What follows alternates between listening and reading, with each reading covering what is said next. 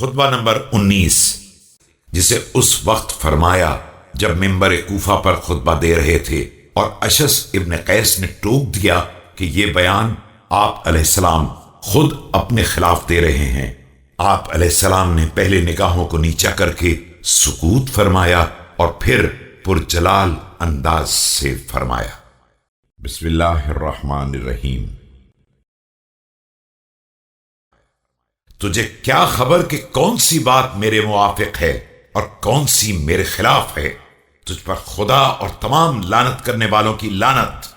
تو سخن باف اور تانے بانے درست کرنے والے کا فرزند ہے، تو منافق ہے اور تیرا باپ کھلا ہوا کافر تھا۔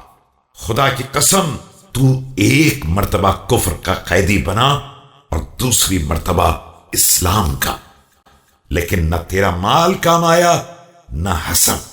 اور جو شخص بھی اپنی قوم کی طرف تلوار کو راستہ بتائے گا اور موت کو کھینچ کر لائے گا، وہ اس بات کا حقدار ہے کہ قریب والے اس سے نفرت کریں اور دور والے اس پر بھروسہ نہ کریں۔